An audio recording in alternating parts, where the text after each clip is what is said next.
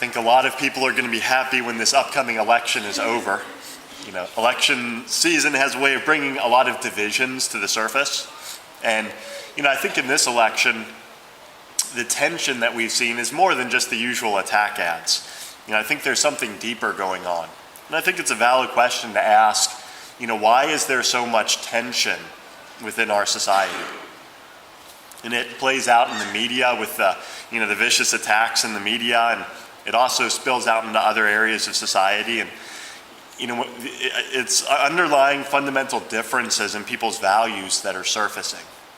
And I think that's what causes a lot of the contention between family members and friends and coworkers. But one of the differences that we're facing now is actually a clash in values between traditional Christian values that our nation was founded upon and progressivism, which has been rising and spreading through our country for quite a few years now. But when we look at the origin of our country was founded upon traditional Christian values. And, if we look at our founding fathers, George Washington, for example, he said that religion and morality are the essential pillars of civil society. And so our society is established upon religion and morality. To have a free society, you need people who are religious and moral and will use their freedom well. And so if that foundation is eroded, we shouldn't be surprised that there's going to be a lot of tension and discord that comes about.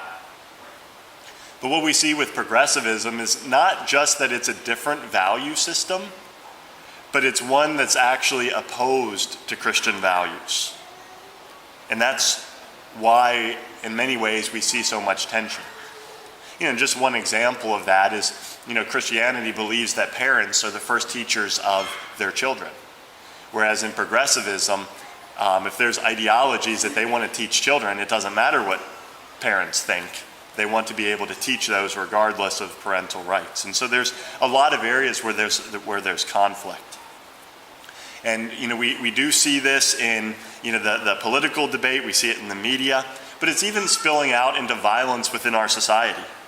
We've seen in recent years many churches and pregnancy centers that have been firebombed and attacked. The U.S. bishops put out a report. Within the past 4 years, there have been 349 Catholic churches in our country that have been the victims of either arson or vandalism. And that excludes motives other than hostility to the Catholic Church. So that's 349 churches. And even the FBI was caught going after the Catholic Church, spying on the church and trying to infiltrate Catholic parishes in a counterterrorism operation, which is absolutely crazy. But what we see is increasingly religion and Christianity are viewed as the obstacle to change and to, quote, progress. And so that's why I think we're seeing so much of the tension that we're seeing. And hopefully in this election, we'll choose leaders that respect the value of religion and religious freedom as the pillar of society. But at the same time, the disorder that we see in society and all the chaos around us should give us a deeper hope for the kingdom of God. Because everything that's wrong with the world is what's right with the kingdom that Jesus Christ inaugurated, the kingdom of God. And so as much as we get uncomfortable or don't like discord around us, what is the solution to that? Well, it means turning towards the kingdom of God. Within the kingdom of God, there's perfect unity among the saints. There's no difference in values because there's perfect unity within the truth. The truth is fully revealed. And no one in the kingdom of God is going to act selfishly for their own interests at somebody else's expense. You don't have to worry about that. You can have complete trust that everybody around you is willing to do what's necessary for your good. And so there's a perfect community of charity. And what Jesus taught the apostles today, in terms of the kingdom of God, leadership in the kingdom of God, being a shepherd. And it also applies to all of us. It isn't about selfish ambition. James and John, one of the spots that Jesus left and right, and then the other apostles were mad at them for asking this question. Jesus says to them, the kingdom of God is not about ambition. It's about how you're willing to place yourself at the service of others. And the ones who are the greatest are the ones who are willing to sacrifice the most for the sake of others around them. And so when we look at Jesus Christ, he is the King of Kings. He is the epitome of authority rooted in goodness. Someone who uses the position that he has, as the King of Kings, not for his own motives, but for our sake. He rules by self-sacrifice on the cross. He came that we might have life and have it to the full. And so he gives us the perfect example of what life is like in the kingdom of God. And he also gives an example to parents, not to rule over your families for selfish purposes, but to sacrifice yourself for the good of your spouse, for the good of your children, always doing what's best for their authentic good. And he's an example for business leaders or teachers or principals or judges, not to use the authority and the position that they're given selfishly, but to put themselves humbly at the service of others.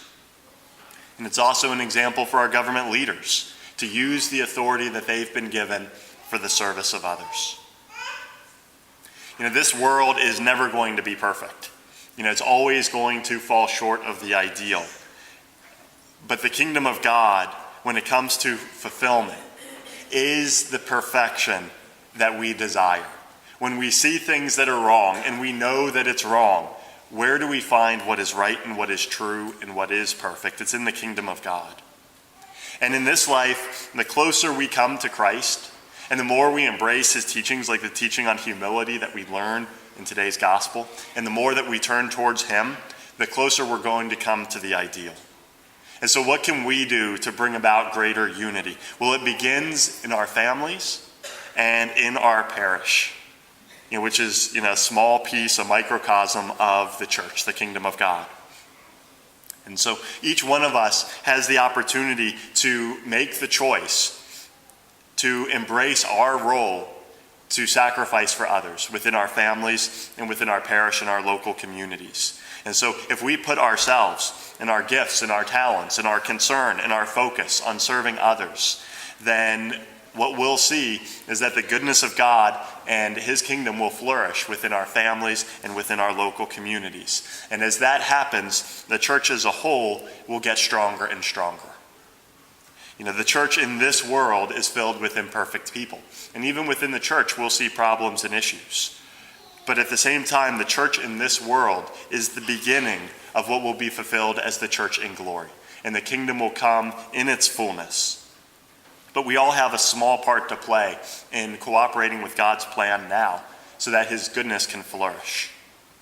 And so I encourage us, rather than getting discouraged or fed up with the tension and discord around us, especially during an election year, I encourage us to see it as an opportunity to rediscover the greatness of the kingdom of God and the unity that brings about, and to encourage us to do what we can do in order to commit ourselves more fully to that within our families and within our parish. And the more that we do that, the more that we sacrifice for our families and for our parish, the stronger the church will become, and it will become more and more visible as a light to the nations.